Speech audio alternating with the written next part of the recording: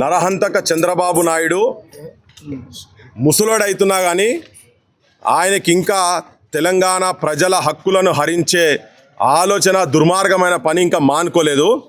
ఒక బక్కపల్సటని మా తెలంగాణ రిపోర్టర్ను ఇంతకుముందు మొన్న తీసుకుపోయి కర్నూలు తీసుకుపోయి గొడ్డును కొట్టినట్టు కొట్టి ఇటు ముగ్గురు అటు ముగ్గురు కూర్చొని కాలర్లు బట్టి ఇట్లా పైకని బేహోష్ అయినాక కూడా 3rd డిగ్రీ టార్చర్ చేసిందని చెప్పి తెలంగాణ ప్రజలకు మొత్తం చెప్పినాం. ఏది తనకై తన అడిగిపోతే దొంగ కేసు పెట్టి అక్కడ కూడా దొంగ కేసు పెట్టి ఇవాళ మళ్ళీ ఇంకొక దొంగ కేసు, అదేదో రాజ్యాంగాన్ని తిట్టిందని అని దొంగ కేసు పెట్టి తీసుకొని పోయి విజయనగరం తీసుకొని పోయి మరి ఎన్కౌంటర్ చేద్దాం అనుకున్నారో ఏమనుకున్నారో మాకు ఎరకలే. కానీ ఈ లోపల మా వాళ్ళందరూ మా మీడియా సోపతోళ్ళందరికీ తెలియగానే ఇటు కురుకొచ్చి కూర్చున్నాక వాళ్ళు వచ్చినాక అందరు సెల్ ఫోన్లు గుంజుకున్నారు ఫస్ట్. మళ్ళీ మేము గడబడి చేసిన తర్వాత సెల్ ఫోన్లు ఇచ్చిండ్రు. ఎవరు అందరు లోపటేస్తాం రా నాయన అంటే అందరు లోపటేరి మా మీద కూడా కేసులు పెట్టి నడువు మేము కూడా వస్తామని చెప్పాను. అందరు సిద్ధమైన తర్వాత ఇక వాళ్ళు దిగొచ్చారు. మళ్ళీ ఇప్పుడు దిగొచ్చి అలా పై ఆఫీసర్లతో మాట్లాడారు. మరి ఇదంతా ఎటుపోతుందో ఏందనుకున్నారో ఏందో తెలియదు. మేము కూడా చెప్పినాం తెలంగాణ ప్రజలకు, తెలంగాణకు వచ్చి నువ్వు ఇక్కడికి వచ్చి మా దగ్గరకు వచ్చి మా గుండె మీద కాళ్ళు పెట్టి మా ఊరిని మా వెంకన్నని ఇడికెళ్ళి తీసుకుపోతావు, ఎట్లా తీసుకుపోతావు చూద్దామని చెప్పి ఇక్కడ చుట్టుపక్కల వాళ్ళు కూడా జనం కూడా మొత్తం ఆడోళ్ళు మొగోళ్ళు తయారవుతుంటే దానికి తలొగ్గి దానికి ఇప్పుడు ఒక నోటీస్ ఇచ్చి పోతున్నారు. కానీ ఒక విజ్ఞప్తి చేయదలుచుకున్నాం ఏంటంటే చంద్రబాబు నాయుడు నేను ఎందుకు నరహంతకుడు అన్నా అంటే 17 ముక్కలు చేసి నరికిండు బెల్లి లలితను. గద్దరన్న మీద 6 తూటాలు గుచ్చిపిచ్చిండు.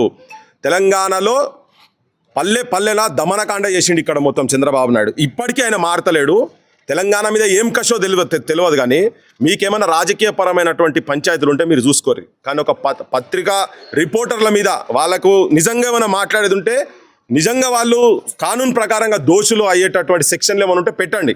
ఎవరెవరు దీన్ని ఎవడు కాదంటలేడు. కానీ దొంగ కేసులు పెట్టి చేస్తా అంటే మాత్రం చంద్రబాబు నాయుడు నువ్వు నీ కొడుకు నీ ప్రభుత్వాలు కావచ్చు, అక్కడ ఉన్నటువంటి ఇంకా ఎవరైనా కావచ్చు, ఇక్కడ తెలంగాణ ప్రజలు ఉట్టిగా చేతులు కట్టుకొని కూర్చోరు. మాకు తెలియకుండా తీసుకుపోయి ఏం చేద్దరు ఆడదానికి వచ్చినాక ఇంకెన్ని కేసులు పెడతావు. ఎందుకంటే 3rd డిగ్రీ టార్చర్ జరిగింది అన్న తర్వాత కూడా అది కూడా ఎట్లా హెబియస్ కార్పస్ పిటిషన్ వేసిన తర్వాత పోలీస్ స్టేషన్లో పోయి ఎంకలాడితే దొరికిందని పట్టుకొని వచ్చారు. అప్పుడు ఏం చేద్దరో తెలియదు. ఇప్పుడు ఆడిపోయినాక ఇంకేమేం కేసులు పెడతారో తెలియదు. కానీ దౌర్భాగ్యం ఏంటంటే ఆయన దగ్గర శప్రాజ్గిరి చేసినటువంటి ఆయన ఇక్కడ ముఖ్యమంత్రి అవుడు. ఇది ఒక తెలంగాణకు దౌర్భాగ్యమైన పరిస్థితి. ఇక్కడ ఇంత బహిరంగంగా వచ్చి ఇక్కడికి వచ్చి హైదరాబాద్ నడిబొడ్డున రెండోసారి మళ్ళీ వచ్చి వాళ్ళు మంచిగా డ్రెస్సులలో వచ్చి కూర్చొని ఇక్కడికి వచ్చిన తర్వాత ఇవన్నీ ఆయనకు చాలా వెన్నెతోడు పెట్టిన విద్య. ఆయనకు బాయ్ హాత్ కా కేల్ అంటారు కదా. Chandrababu Naidu is an encounter specialist. తెలంగాణలో అట్లా చాలా మందిని ఎన్కౌంటర్ చేసినటువంటి ఆయనకు ఆ పేరు చాలా ఉన్నది. ఆయన వెనుక చరిత్ర చెప్తే అది చాలా పెద్దగా ఉంటుంది ఆయనది. సో ఇప్పుడు తెలంగాణ ప్రజలను, తెలంగాణ పాత్రికేయులను కనుక నువ్వు ఏలు పెడితే మాత్రం అది యూట్యూబర్ కానీ ఇంకెవరన్నా కానీ ఇక్కడ జనంగా కావచ్చు, మేము ఇక్కడ ఊకునే పరిస్థితి లేదు. మీరు ఎంతమంది మీద కేసులు పెడతారో ఏం పెడతారో తెలంగాణ ప్రజలు చూస్తున్నారు. ఇవన్నీ మీరు మానుకోకపోతే మాత్రం ఇక మీరు మళ్ళీ హైదరాబాద్ కూడా రానియం బిడ్డ గుర్తుపెట్టుకోరి. శనివారం ఆదివారాలు మీరు ఇక్కడికి వస్తారు కదా, పెండ కొడతాం రాళ్లతో కొడతాం. మీరు ఇట్లనే కనుక చేసి మా వాళ్ళని కనుక ఎంబడబడి ఇక్కడ నుంచి ఇల్లీగల్ కేసులు కనుక పెట్టే ప్రయత్నం చేస్తే మా పోలీసు వాళ్ళు, మా తెలంగాణ ప్రభుత్వాన్ని కూడా చెప్తున్నా, ఇక్కడ పోలీసు వాళ్ళు ఏందా ఆయనకు సెక్యూరిటీ ఇచ్చేది ఎక్కడిది? చంద్రబాబుకు సెక్యూరిటీ ఇక్కడ 40 మంది అట. వాళ్ళ జీతాల పైసలు పెడితే ఒక 500 మందికి ఇక్కడ కళాకారులకు, తెలంగాణ గురించి కొట్లాడిన కళాకారులకు వాళ్ళకు జీతాలు ఇవ్వచ్చు. నువ్వు అశోక్ నగర్లా, దిల్సుఖ్ నగర్లా నిరుద్యోగంతో ఇబ్బంది పడుతున్నటువంటి పిల్లలకు ఇంత బుక్కడి బువ్వ పెట్టచ్చు. ఇక్కడ పోలీసు వాళ్ళు సెక్యూరిటీ ఇచ్చుడు ఎక్కడిది?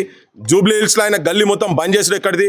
మీరు ఇక్కడ తీసుకొచ్చి పెట్టి ఇక్కడోళ్ళను, ఇక్కడున్న రిపోర్టర్లను హింసించే ప్రయత్నం చేస్తే చంద్రబాబు నాయుడు కావచ్చు, ఆయన ప్రభుత్వానికి చెప్తున్నాం, మేము ఒక హెచ్చరిక కూడా చేస్తున్నాం. పబ్లిక్ను తిరగబడే స్థాయి దాకా తీసుకోపోకండి. తెలంగాణ నైజమే చూస్తారు. మంచికి గొంగడేస్తారు, లేకపోతే గొడ్డలు పడతారు. కానీ నీ మీద డైరెక్ట్ గొడ్డలు కాదు, రాజకీయ గొడ్డలు పడతాము. నిన్ను నీ చరిత్రను ఇక్కడ కాదు అక్కడ కూడా భూస్థాపితం చేస్తాను. పిచ్చి పనులు చేస్తే మాత్రం మంచి చెప్పదలుచుకున్నాం అంతే.